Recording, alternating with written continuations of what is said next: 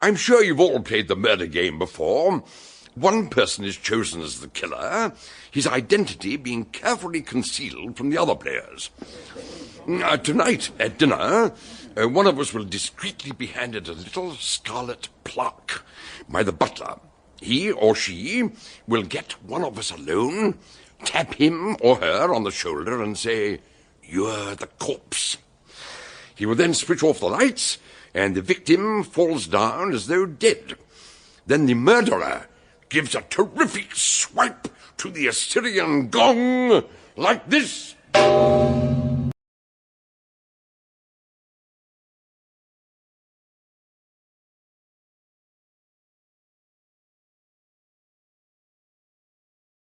We present Jeremy Clyde as Chief Detective Inspector Alleyn in A Man Lay Dead by Niall Marsh.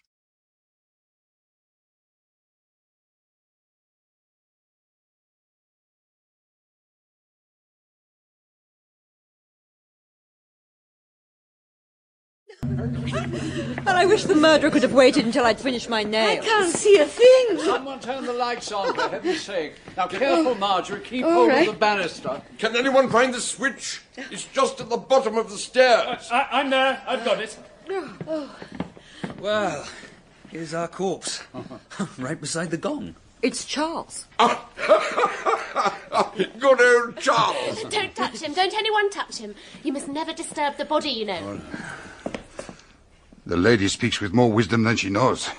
This man is dead. Undoubtedly, let us not touch. He can't be dead. Charles! Oh, my God! Charles! Charles! Come back to me! Where was this? Frantic Hall? Well, that's Hubert Handesley's place, isn't it? Chap who used to be ambassador to Russia. Well, I'll be there just as soon as I can. It ought to take me about a couple of hours. Who's in charge there? I see. Sergeant Bunce. A very nasty business, Inspector Alleyn. The superintendent being took very bad with the flu and no one here to handle the case, we rang up the yard immediately. And where's the body? It's been moved, sir. Moved? Into the study. Well, it's no good looking at me. Apparently it had already been so much disturbed and pulled about, the doctor decided it wouldn't make much difference. And where's the doctor now? Oh, he's gone. Got called off to another case. I see. Well, there's no point in making a song and dance about it now. But who was the victim? Name of Charles Rankin. A writer of some sort, apparently, and an old friend of Sir Hubert's. He was one of a party of 5 guests spending the weekend at Frantic. They're mostly old friends, I understand, and get together here quite often with Sir Hubert and his niece. His niece? Yeah, Miss Angela North. Oh, a really charming young lady. Anyway, on these occasions, there's generally a game of some sort in the offing. Last night, they were playing something called Murders. Well, you may have heard of it, sir. I'm not frightfully keen on busman's holidays. Where was the body lying? Just over here, Inspector, at the foot of the stairs, alongside the gong. The floor's been washed. And the gong's been disinfected. How is he lying? On his face, apparently. A dagger had been driven in between his shoulders and had pierced the heart. The doctor reckoned that death would have been instantaneous. Right. I think that before we go any further, I'd better have a word with Sir Hubert. He's in his room, sir. The doctor told him to rest for a while on account of the shock of it all. But his niece, Miss Angela, is expecting you and should be down shortly. And where are the rest of the party? They've been warned not to leave the house, or at least to go no further than the grounds and the gardens. Just at this moment, one of the ladies is in bed, and the rest of the bunch is in the library. A solving of the mystery. Ever had dealings with a case of this sort before, Sergeant? Never, sir.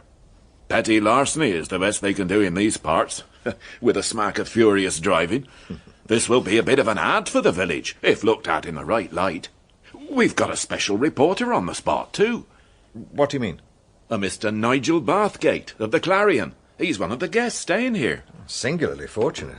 Here he is now, sir, with Miss Angela. Hello, Inspector. We were told you were on your way.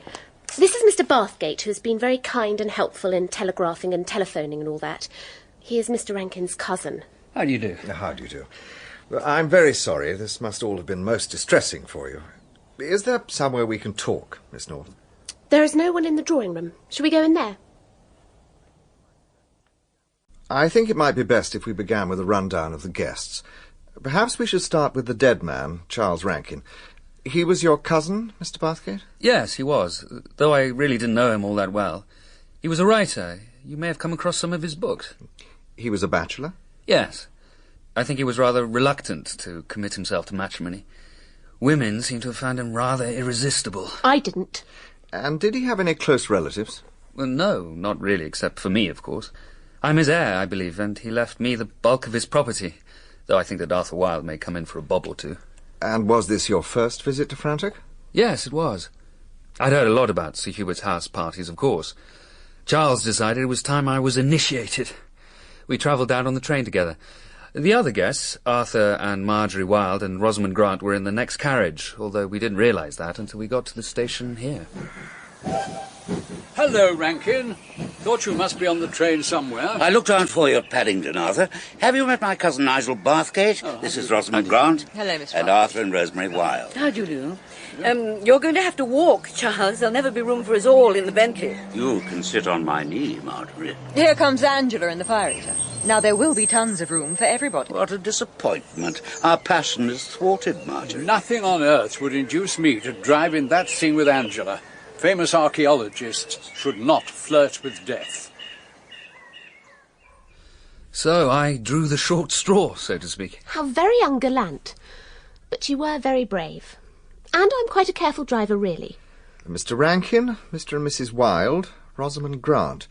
Were those the only other guests? Oh, no, there was... Excuse me, we have not met. Allow me to make an introduction of myself. Dr. Fuma Tokarev. Nigel Bathgate. I see you are admiring Sir Hubert's collection of Oriental weapons.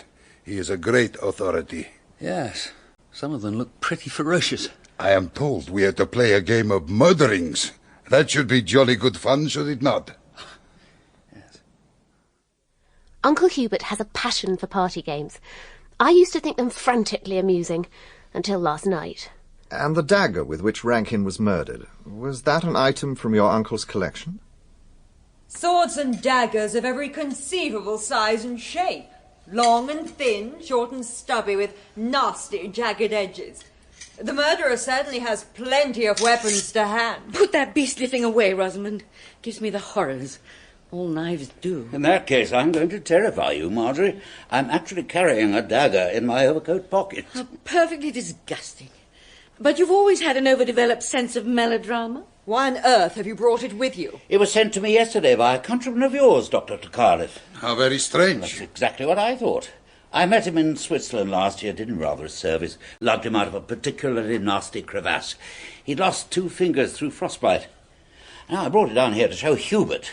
It's in my overcoat in the porch. I'll get it. I hope you don't expect me to look at it.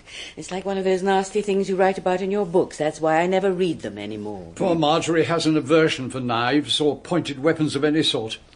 It probably conceals a rather interesting repression. Do you mean that she's a secret bloodthirster? Here we are. I presume this is it. That's the one. Oh, your service to your friend must have been of considerable value. And he actually sent it to you as a gift, you're saying? Yes, as a gift. What the devil have you got there, Charles? I thought it might interest you, Hubert. Careful. It's extremely sharp. It's Mongolian, obviously, and of the greatest antiquity. What a beauty! You've aroused my worst passion, Charles. And what does Dr. Tokarev think of it? I suggest that to possess such a knife is not altogether enviable. What do you mean? You have doubtless heard of our Russian secret brotherhoods, often very strange, with ritualistic ceremonies and horrible mutilations. Horrid. This knife is sacred, the symbol of one of these societies, and very ancient. To make a present of it was not orthodox. Therefore, for a person outside of the Brotherhood to have the knife is not enviable. Oh, gracious! It's 8 o'clock. Time we were dressing for dinner. And can you tell me of anything else that happened that evening which might have any bearing on the case? No, nothing. Nothing at all. Right. So let's move on to yesterday, the day of the murder game. Nothing very much at all happened in the morning. Everybody got up late. I went for a walk with Sir Hubert and tried to draw him out on the subject of the Russian Brotherhoods. I thought it might make a piece for the Clarion. Was this in any way related to the murder of the Russian in Soho the night before? Yes. The paper rang me about it just after breakfast, and seeing that Sir Hubert is an expert on all things Russian, I thought I'd give it a try. But he was rather cagey about it all. He suggested that I talk to Tokarev. And did you? No, I didn't. There's something rather formidable about Tokarev. So when did the murder game actually begin? At 5:30. Uncle Hubert made rather a big thing of it, but then he always does. We all assembled in the hall. And what stunning little number have you been saving up for tonight, Marjorie? I'm sure you're going to astonish us with yet another new dress for the murder game. Well, as it happens, Rosamond... Now, may I have your attention, please? In 5 minutes, the game will be on. Now, you all know the rules by now. Last night, one of you was secretly given the scarlet plaque, so that person is to be the murderer. In a moment, I shall strike the gong as the signal for the game to commence. So what is the murderer supposed to do exactly? After he or she has chosen the victim, the murderer must make sure that they are both alone and unobserved. Then, as I have said, he taps the chap on the shoulder and says, "You're the corpse." And the victim falls to the ground on the spot. And the killer hits the big gong and turns off the lights? Mm-hmm. Yes. And you must all say exactly where you are for 2 minutes to enable the murderer to clear the scene. In the dark? I don't think I care for that idea. But if there aren't any lights on, how the devil are we going to know when the 2 minutes are up? You count second by second, Arthur. And then we all venture out and feel our way about. Yes, I'm sure you have no trouble in finding a light switch. Now, any more questions? I don't think I'm going to enjoy this game. It all sounds much too terrifying. I am, as you say, already on the tender hooks. Right, then let us begin. The gong shall not sound again until the murder has been accomplished. And after that, things got rather out of hand. How do you mean? We all moved in here and there was a bit of a rag. Yippee! It all began with Marjorie hurling a cushion at Dr. Tokarev. Is not this an example of a British scrap? Is it not so that when an English lady projects a cushion at the head of a gentleman, it connotates sporting desire? And then Rankin decided we were going to debag Arthur Wilde. Come on, Nigel! Come on, Hubert! Whoa. Hey, get him off! Get him off! Charles always tended to overdo things when he joined in a rag. I don't think Arthur found it at all funny. You smashed my spectacles. Oh, darling, you look too stupid to be believed. Gosh, what a lovely sight. Last time I debagged Arthur was at Eton. Yeah. Gosh, what a hit is the good old scene. Music! Music! Come on, Rosamond, let's dance. I'm too hot. Oh, then it'll have to be Marjorie. Come on, Marjorie. I bet you tango quite sensationally. Oh.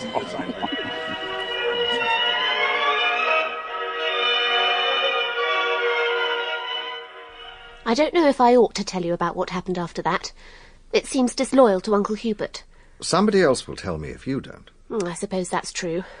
Well, obviously, Uncle Hubert had been brooding about that dagger that Rankin had been given, and was beginning to get rather obsessional about it. Why don't you sell it to me, Charles?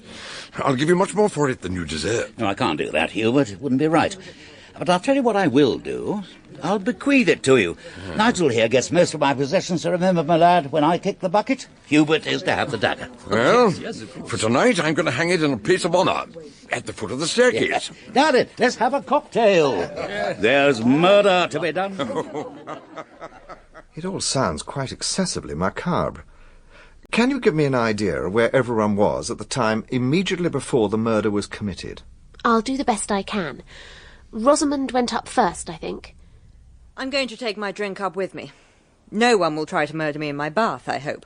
And I shan't come down again until I hear voices in the hall. And Marjorie and I followed her almost at once. And then Tokarev and Sir Hubert. Leaving you downstairs with Rankin and Wilde. Shall I bathe first? Yes, do, Nigel. It's safe enough for Charles and I to be left together. Whichever of us tried to do in the other would be accused by you as the last person to see the corpse alive. So I'll claim the bath in 10 minutes. Arthur and I share a bathroom. It leads off to a dressing room on his side, with his wife's room beyond that. And when did Mr. Wilde go up? About 10 minutes after me. I'd finished my bath, and I heard him turning on the taps.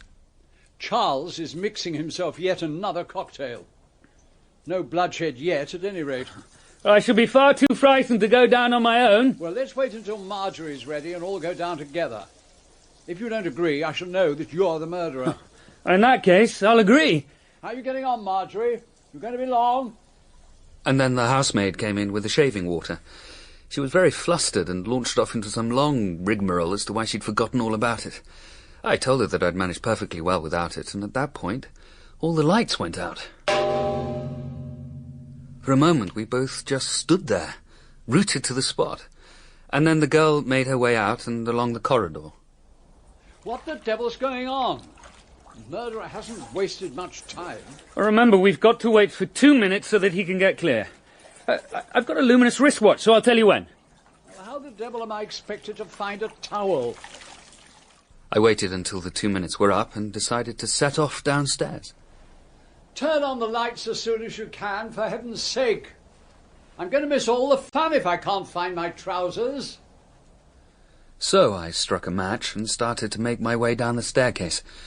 I found the light switch and there was Charles, lying by the side of the gong. We all thought it was part of the game. It wasn't until Dr. Tokarev took a look at Charles that we realised he was actually dead. Right. Thank you both very much for providing such a clear account. Well, now I should like to talk to the other guests, but I'd better have a word with Sir Hubert first. Perhaps, Mr. Bathgate, you could find out if he feels up to seeing me. I simply cannot take it in. I've known Charles Rankin all my life. We were all such good friends. It can't possibly have been one of my guests. I understand that Sergeant Bunce has already been questioning the servants. But most of them have been here for years. It must have been someone from outside. To your knowledge, Sir Hubert, did Mr. Rankin have any enemies? Anyone with a reason for wanting to get rid of him? I can think of none, but obviously there must have been. Nobody who would benefit from his death? Only young Bathgate. He inherits the bulk of Charles's fortune, I think, and Arthur Wilde would come into a small bit of money. But I cannot believe that either of them... Quite so, Sir Hubert. And now I'd better have a word with your guests. I understand they're in the library. Yes. Part that is from Mrs. Wilde. She's still in her room, I think. She seems to have taken poor Charles's death rather badly. I'm sorry to hear that. Was she... She has a somewhat nervous disposition. She is really terribly upset. I see. But even so, I should like her to be present with the others. I'll ask Angela to have a word with her. Shall we meet up in the library? I've waited about a quarter of an hour.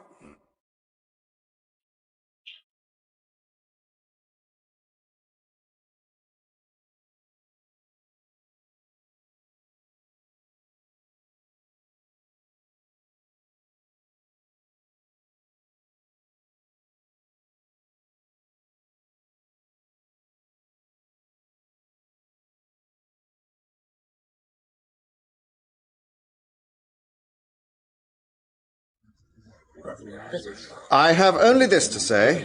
A man was done to death in this house at 8:05 last night. Now, it's possible, but only just possible, that the crime was brought off by someone from outside.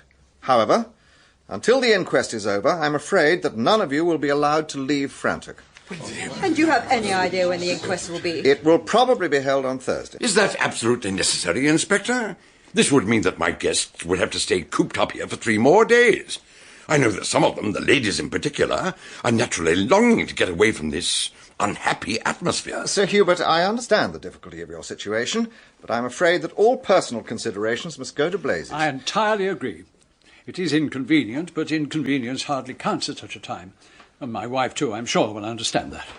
I'm very sorry to have kept you all waiting. Oh, no, please, don't anyone move. There's a chair here, Marjorie. Thank you. Now, I think I understand the principles of the game which ended so tragically. I do not think, though, that I'm clear as to what would have happened if a sham victim had been found lying at the foot of the stairs instead of a real one. But excuse me, this is how you say an irrelevancy. It is quite in order, Dr. Tokarev. Otherwise, I should not ask. Well, the answer to your question, Inspector, is that we should have held a mock trial with a prosecuting attorney. So that we could find out who had been given the scarlet plaque. Or, in other words, which was the murderer? Well, then I think the game should be played out. I shall take upon myself the role of the prosecuting attorney. I trust, however, there will be no difficulty in establishing the identity of who was the recipient of the scarlet plaque. No difficulty at all, Inspector. It was given to me. What? Thank you, Mr. Wilde. Tell me, had you formed any definite plan about how you were going to carry out your role in the game? No, not precisely. I was thinking of it as I lay in the bath. When I heard the gong and the lights went out, I was just going to shout to Nigel that it couldn't be the murder when I realised that I should be giving my own show away before I brought it off. I thought it would be easy enough to find a suitable victim while the lights were still out. Mr. Wilde, in the words of the popular coloured engraving, when did you last see Mr. Rankin? I was talking to him alone in the hall before I went up to bathe and dress. And he was still there when you went? Yes, he said there was just time for another drink. Did anyone see you together? Yes, Mary, the little between-maid, came in and went to lock the front door. I asked her the time, and she said it was 10 minutes to 8. So I ran straight up the stairs saying, "Good Lord, we'll be late," or something of the sort.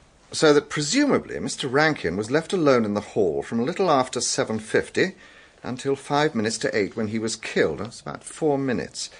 Thank you, Mr. Wilde. So we've established that from 7:30 onwards, and during the time of the actual murder itself, you and Mrs. Wilde and Mr. Bathgate were all calling out to one another. Yes, we were, though I couldn't actually hear Mr. Bathgate from where I was in the bedroom. Perhaps we might now turn to you, Dr. Tokarev. Thank you. You went upstairs with the first contingent, I believe. Please? With Miss North and Miss Grant and Sir Hubert.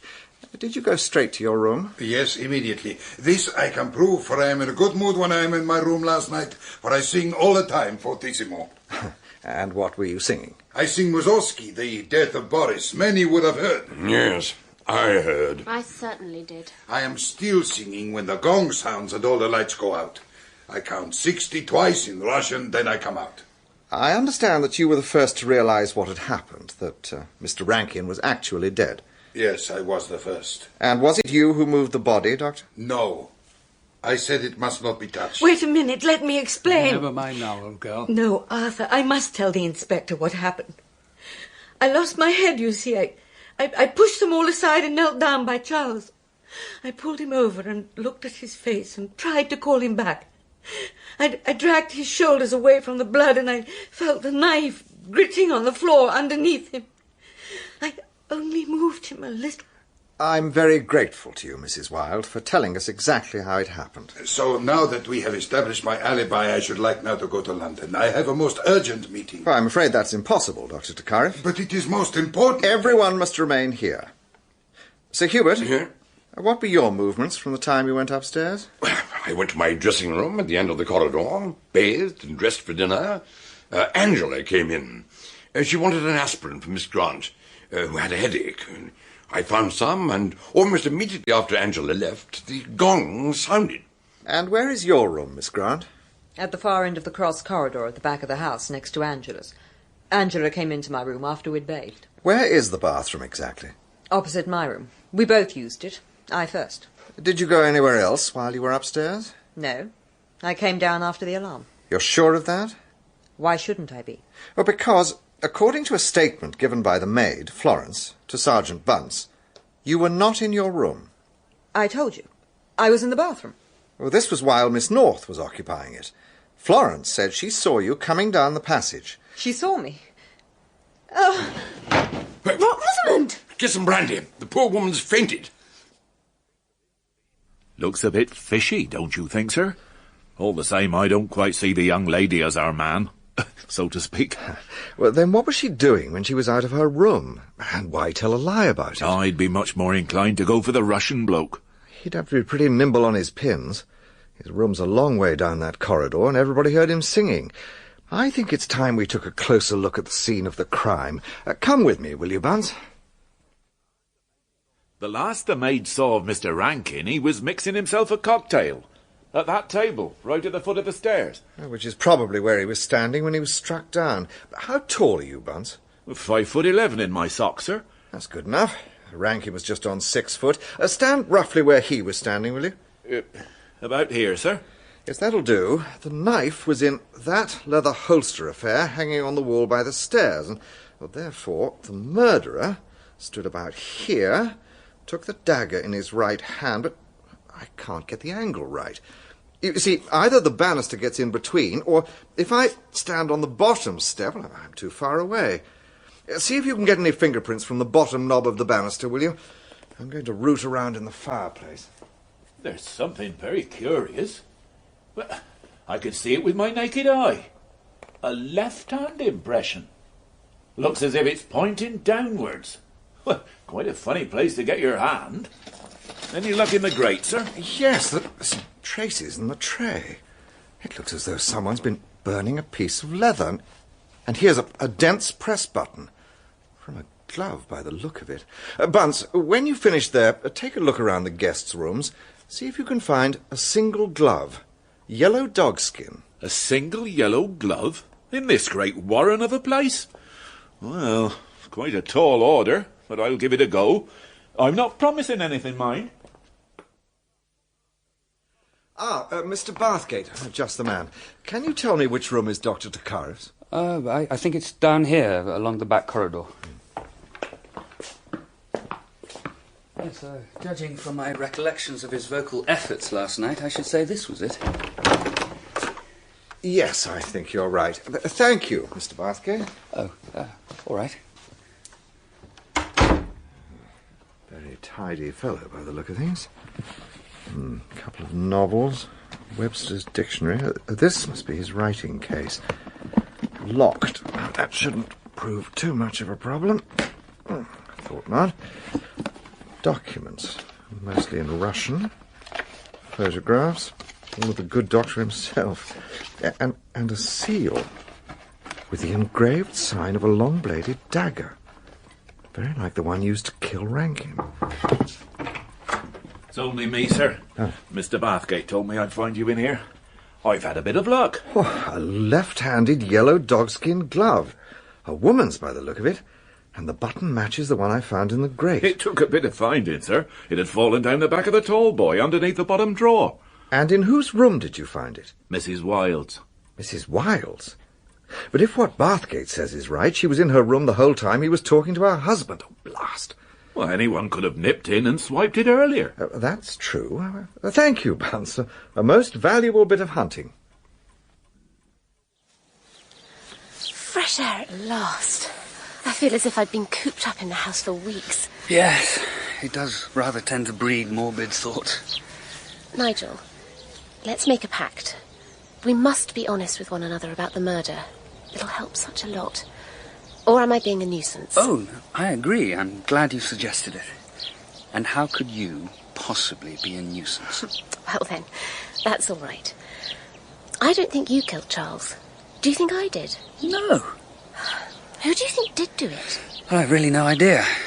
I'd like to think it was Tokarev, but... Why Tokarev? Well, he looks like a villain for a start, and I'd rather it wasn't one of your uncle's friends. Who do you think did it? Don't answer if you'd rather not. Oh, but it's part of the pact. I rather think that it might be... Mr. Bathgate, there's a telephone call from London. It's your paper. Thank you, Mrs. Wilde. I'm just coming. Well? I think I'd better keep it to myself just for the moment. I might be very wrong. I've been having a word with a fingerprint expert. He's been picking up everyone's prints, very unobtrusively, you understand, teacups and so on. Anyway, that left-hand print on the stair knob is Mr. Wilde's. And like his wife, he has a perfect alibi for the time of the murder. But there's something else has come up, sir. What's that? The deceased's dinner jacket, sir. What about it? Well, there's a good deal of liquid powder down the face of it. I understand that Mr. Rankin was rather keen on the ladies. Any idea which particular lady? We've had a bit of a go round the dressing tables of Mrs. Wilde, Miss Grant, and Miss North. Mrs. Wilde seems to travel with an entire beauty parlour in tow, and Miss Grant's not too far behind her. So, which of them was it? Well, a combination of Mrs. Wilde's milk of gardenia and Miss Grant's, Chanel No. 5. Well, evidently Mr. Rankin got about a bit. Yes, sir, and I understand from the undergardener that his youngest, Sissy, I think her name is, said she'd seen a man and a woman in the coppice on the day of the murder. Any idea which particular man and woman? No, sir, but the woman was getting rather worked up. And she was wearing a lovely red cap. I think it's high time we found out whether the fair Rosamond has recovered from her attack of the vapours. So, do I head the list of your suspects, Inspector? I think you were ill-advised to mislead me this morning. Far better to tell me where you went after your bath last night. I cannot force you to answer, but I earnestly advise you to do so. Very well. Tell me whom you went walking with in the woods, wearing your red cap. I can't tell you. I can't. As you please. Perhaps, before I go, you will let me have a few details about yourself. How long had you known Mr. Rankin? 6 years. Quite a long friendship. I met him at Cambridge. I was a student at Newnham, and Charles seemed to know everybody. He was nearly 20 years older than I. At Newnham? You must have been up with a cousin of mine, Christina Alleyn. She's a fully-fledged chemist now, and lives in an ultra-modern flat in Knightsbridge. Yes, I remember her, I think. Well, I won't trouble you any further today, Miss Grant. But be advised by me, think it over. I shall come back to see you tomorrow. Make up your mind to tell me where you went immediately before Mr. Rankin was murdered. I'll bear it in mind, Inspector. Hello? Could I speak to Christina Alleyn, please? What? Oh, Christina, I didn't recognize you. You sounded so grand. Look, you can help me if you will. Drag your mind away from shattered atoms and bicarbonate of soda, cast it back 6 years, and tell me everything you can remember about a girl called Rosamond Grant, who was up at Newnham with you. Yes. Yes. She what? Oh, I think I'd like to know rather more about that. Rosamond? I thought you were supposed to be confined to your room. I couldn't stand being cooped up in there any longer. I shall be joining your jolly party downstairs in time for a juicy chat about your cousin's murder. Oh, for goodness sake. Have I dropped a brick? Do you mean you don't even discuss it? Angela and I do. At least Angela talks and I listen. And she's a peculiar person, Angela.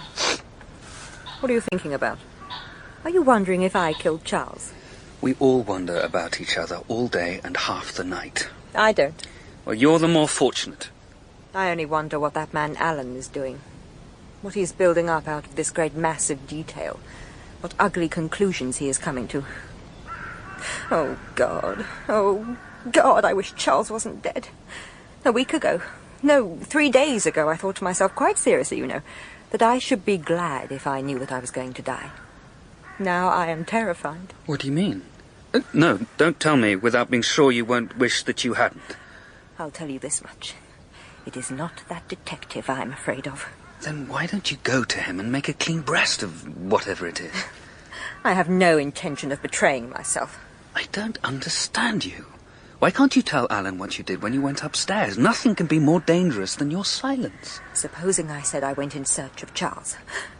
Someone's coming. It's Marjorie. I didn't realize you'd been let out, Rosamond. Are you feeling better? Yes, thank you. We've been having a cosy little chat about the murder. Who do you think did it? I don't understand you. How can you talk about it like this? You're acting the part of a woman who's been deeply shocked, Marjorie.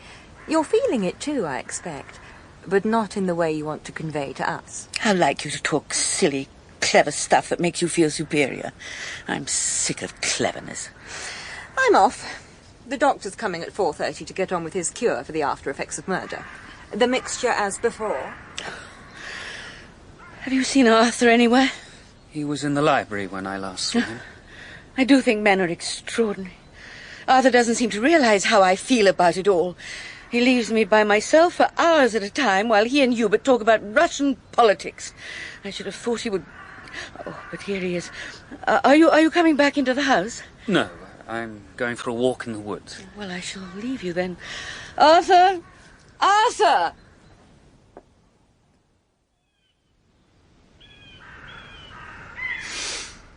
Smell of burning.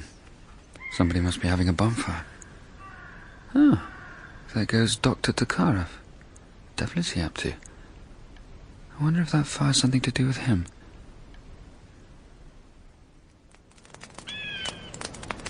He's been burning papers of some sort.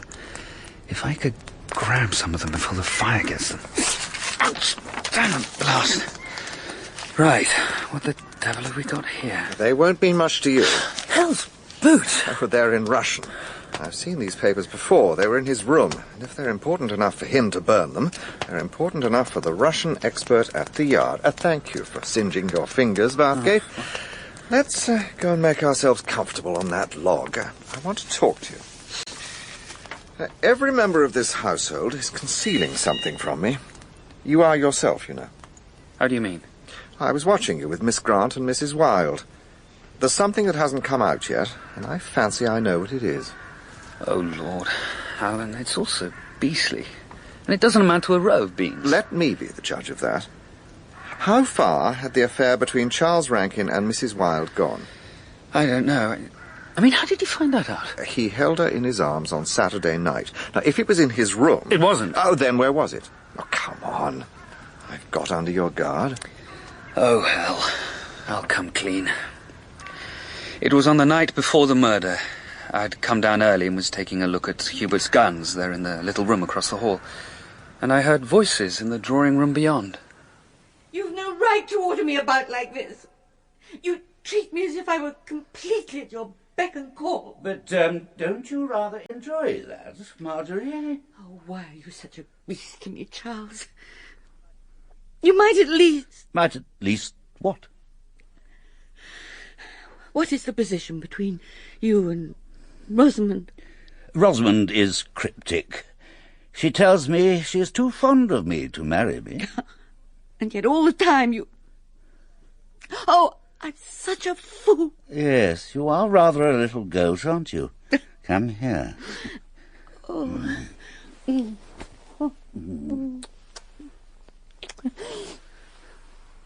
Do you love me?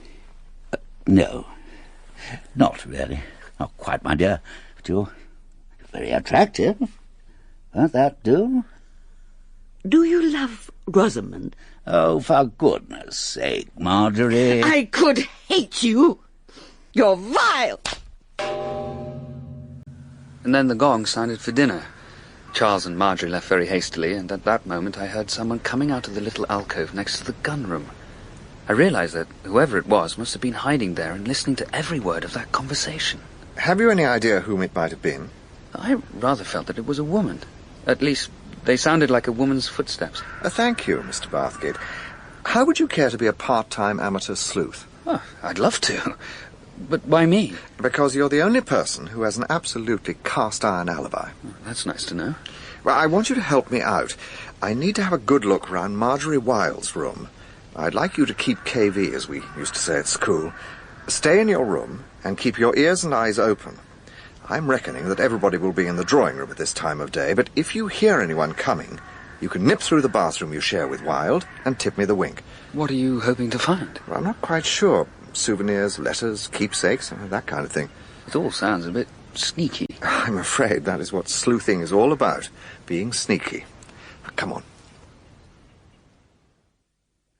Alan's certainly taking his time. He's been in there for ages. Marjorie can't have that many secrets to hide. Oh, somebody's coming down the corridor. Alan! Alan! What the devil? Oh, I'm so sorry, Arthur. I thought you were Alan. So I gathered, Bathgate. Now, will you kindly tell me, did you think Alan was here? Or in my wife's room? Well, you see, In your wife's room, as it happens. Mr. Wilde, I've been investigating all the rooms. It's part of the procedure. Why must you torture us all like this? My wife has nothing to conceal. How could she have possibly killed Rankin? Everyone knows that she couldn't even look at a knife. It's impossible. Mr. Wilde, that is all I am trying to prove, that it is impossible. Now, tea is waiting for us all downstairs. Could I have a quiet word with you, Bathgate? Stop. Before... It's no good. I'll confess. I can't bear the strain any longer. I killed Rankin. When did you do it, Mr. Wilde? Before I came upstairs, when I was alone with him. You're telling me that when you were cheerfully talking to Mr. Bathgate from the bathroom, you were also downstairs in the hall, where under the nose of a housemaid who didn't happen to notice, you plunged a dagger into Mr. Rankin? Well, the girl had gone. I didn't mean to do it. It was all part of the game, you see. I don't believe a word of it, Mr. Wilde. And as for games, you're playing an extremely dangerous one. I shall be in the study if you can spare me a moment, Bathgate. Look here, Arthur. We're all letting our nerves get the better of us. I'm certain that no one really suspects your wife. Alan must know that she couldn't have done it. You told a brave lie, and I admire you for it, but it was a very silly one. Pull yourself together and forget all about it. I plucked up my courage and asked Miss Angela if we three might have tea together in here. She's just bringing it. What an extraordinary business that was just now. Yes, it was. Of course his wife is innocent. I mean, look at her alibi. I'm looking at it. A lovely alibi, isn't it? Here we are. How'd you like your tea, Inspector? No milk, thank you. Tell me, has Miss Grant told you where she was while you were having your bath on Sunday evening? She hasn't told me, but I think I know where she went. Well? To Charles Rankin's room, only to find that he wasn't there. What makes you think she went there? The morning after the murder, Uncle Hubert told me you wanted Charles's room locked up, so I did it myself. Rosamond has a pair of bath slippers with green fluffy stuff above the instep. There was a wisp of it on the carpet in his room. You really are quite superb. What was the relationship between Rankin and Miss Grant? I can't discuss anything of that sort. Very well. Let me tell you what I think. Rankin wanted her to marry him. She refused because of his relationship with another woman, am I right? Yes, I'm afraid so. Mr. Bathgate overheard a rather passionate encounter between Rankin and Mrs. Wilde on the night before the murder, and he was under the impression that somebody else heard it too. I am firmly of the opinion that person was Rosamond Grant. But surely you're not suggesting... I'm suggesting nothing at this stage, but Miss Grant is possessed of an extremely violent temper. When she was at Cambridge, some girl or other ragged her about her friendship with Rankin, and Miss Grant went for her with a knife. It was quite a scandal, and she was very lucky not to have been sent down. Well, even so, I'm certain she didn't kill Charles. I don't see how she could have managed it. Now, there's another aspect of the case I want to discuss with you both. Can either of you remember anything at all, that Rankin said about the man who gave him the knife? He told us that it had been sent to him by some Russian he'd pulled out of a crevasse. But I can't remember anything he said about the man himself. Yes, there was one thing. He said that the Russian lost 2 of his fingers through frostbite. The devil he did. Let me tell you that on the night before the murder, a Russian was killed in Soho, and he had 2 fingers of his left hand missing. So that means... that there's a definite link between that dagger and some secret Russian society. And Tokarev has a seal ring with a figure of that dagger on it. And he's standing outside the French window now, listening to every word we say. Quick, Bathgate, after him!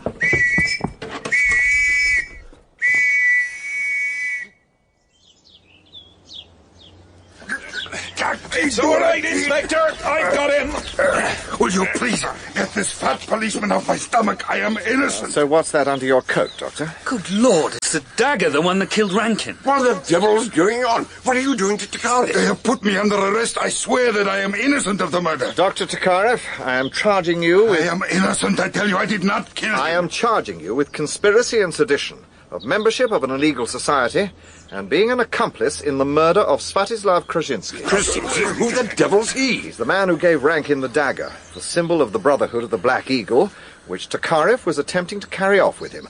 Now take him down to the station, Sergeant. Sir, come along. But does this mean that it was Tokarev who killed Charles? Nothing so convenient, I'm afraid. Krasinski was pretty certainly murdered by the Brotherhood for giving away the dagger to Rankin, and Tokarev was obviously determined to get it back, but that's as far as it goes. Unless he's a skilled ventriloquist and can throw his voice upstairs and all the way along the back corridor, he's out of it. So where do we go from here? Well, back to the body at the foot of the stairs. Tell me, Miss Angela, do you ever slide down that extremely tempting banister? Yes, as a matter of fact I do. We have competitions sometimes at Uncle Hubert's weekend parties. Face first without hanging on. Competitions? Yes, I'm quite good at it. So was Charles. Marjorie can't do it at all. Rosamond won't even try. And poor Dr. Tokarev was hopeless when he had to go at it. Why do you want to know? It can't have anything to do with the murder, surely. On the contrary, I think it may have everything to do with it. But I shall do my best to keep my lively imagination in check until after the inquest tomorrow. Not that I expect anything very much to come out of that.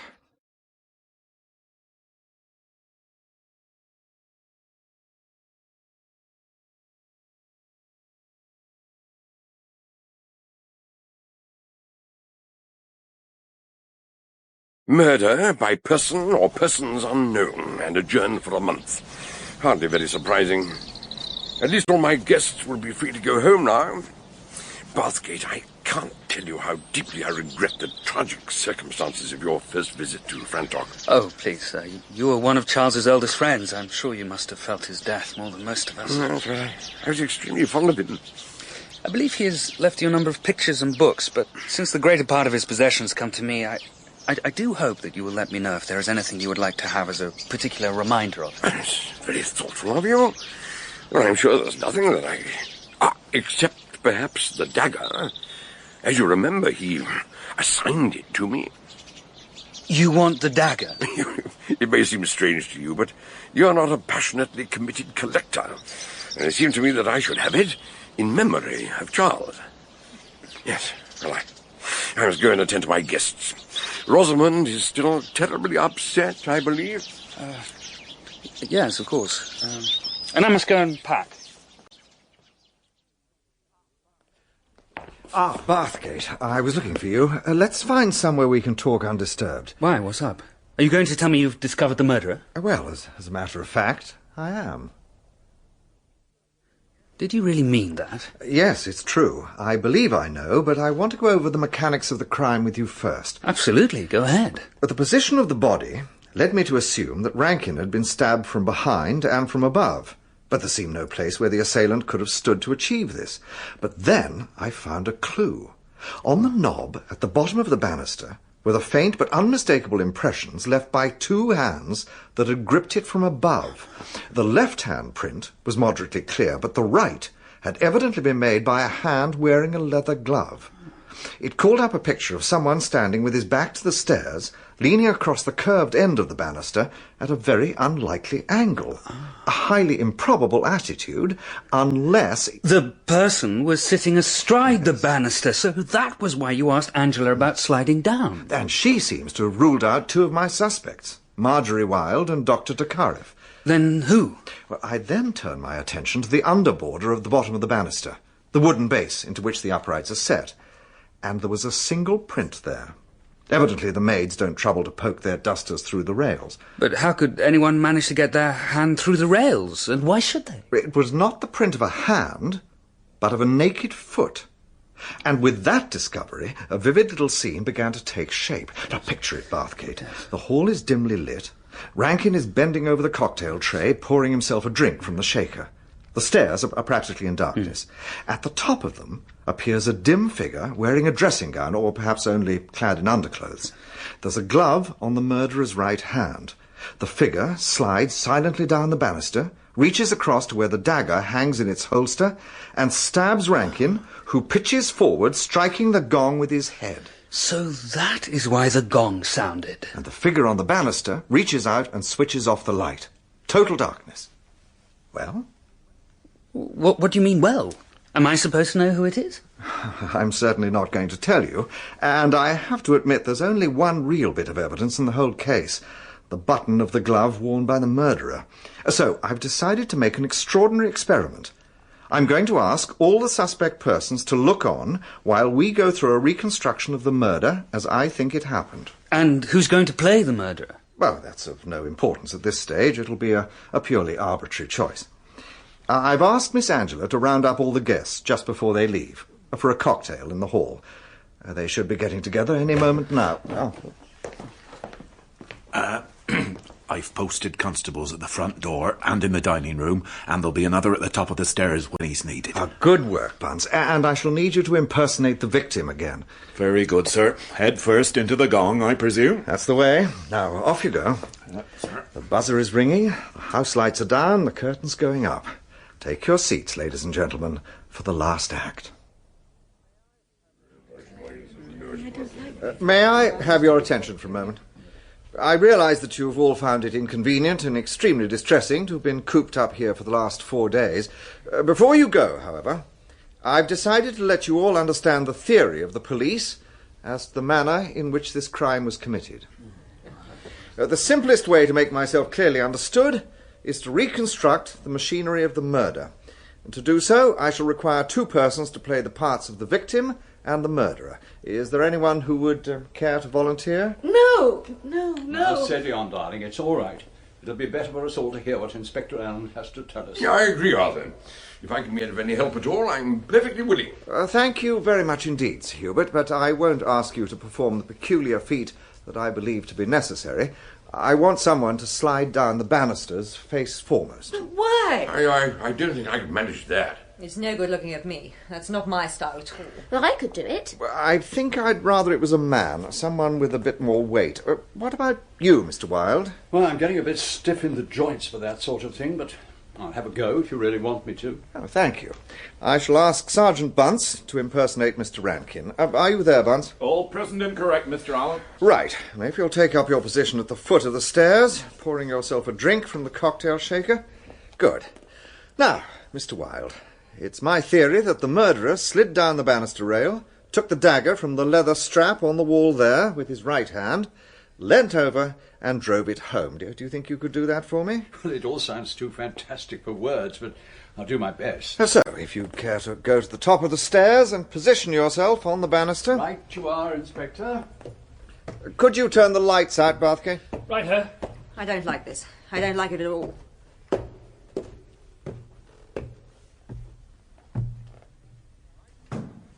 Right, Mr. Wilde, down you come. It's horrible. Faster. Excellent. Now grab the dagger. I can't reach it. Well, I'm sure you can. Reach out for it with your right hand. That's the way. I knew you could do it. Now, strike.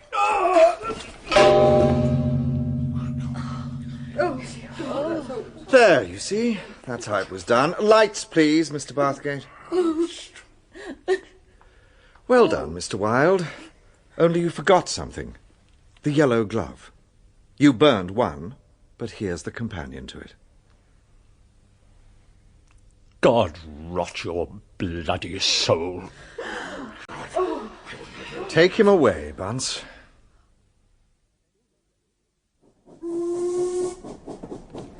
I still don't see how it could possibly have been Arthur Wilde. I was talking to him all the time he was having his bath. Yes, I know you thought that. His wretched wife thought so too. It confused all my thinking for a long time. You had this mental picture of Wilde lying there in his tub and washing behind his ears. You heard all the suitable noises. Running taps, splashy, soapy noises and so on. If you could have seen... Seen what? Seen Wilde come into the bathroom in his underpants, clutching the glove he'd taken from the tall boy in his wife's room a little while earlier. He turned on the tap, splashed about with his hands, pretended to be washing while he spoke to you.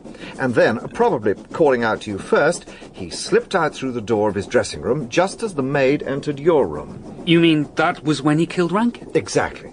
8 seconds later, the gong sounded and all the lights went out. Wilde darted back, tore off his clothes and got into the bath.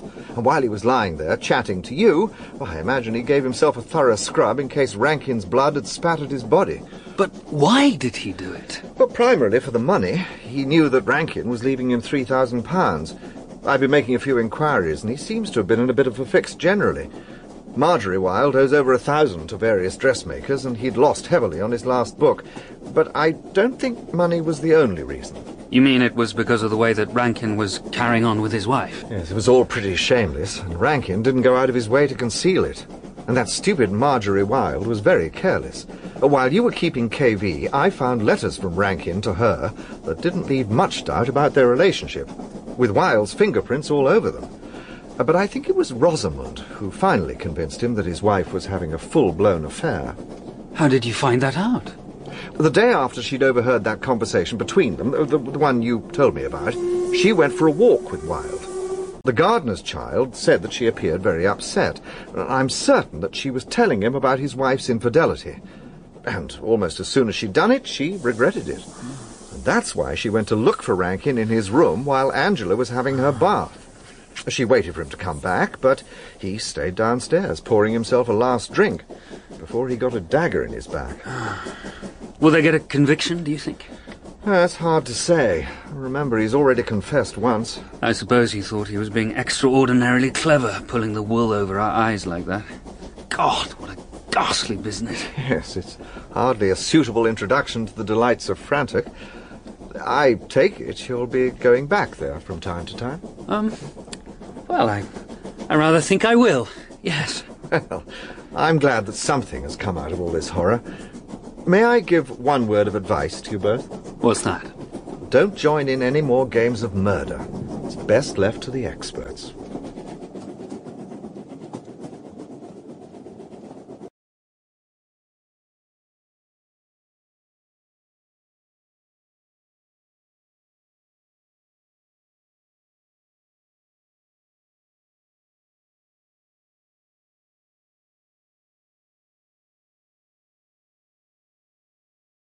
In A Man Lay Dead by Niall Marsh, Chief Detective Inspector Alleyn was played by Jeremy Clyde. Nigel Bathgate, Nick Waring. Angela North, Molly Gaisford. Sir Hubert Handesley, Donald Sinden. Arthur Wilde, John Moffat. Marjorie Wilde, Dorothy Tutin.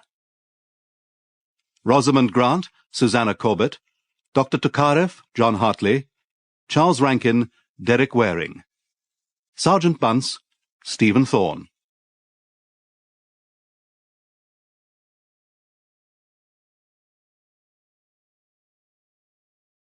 A Man Lay Dead was dramatized for radio by Mike...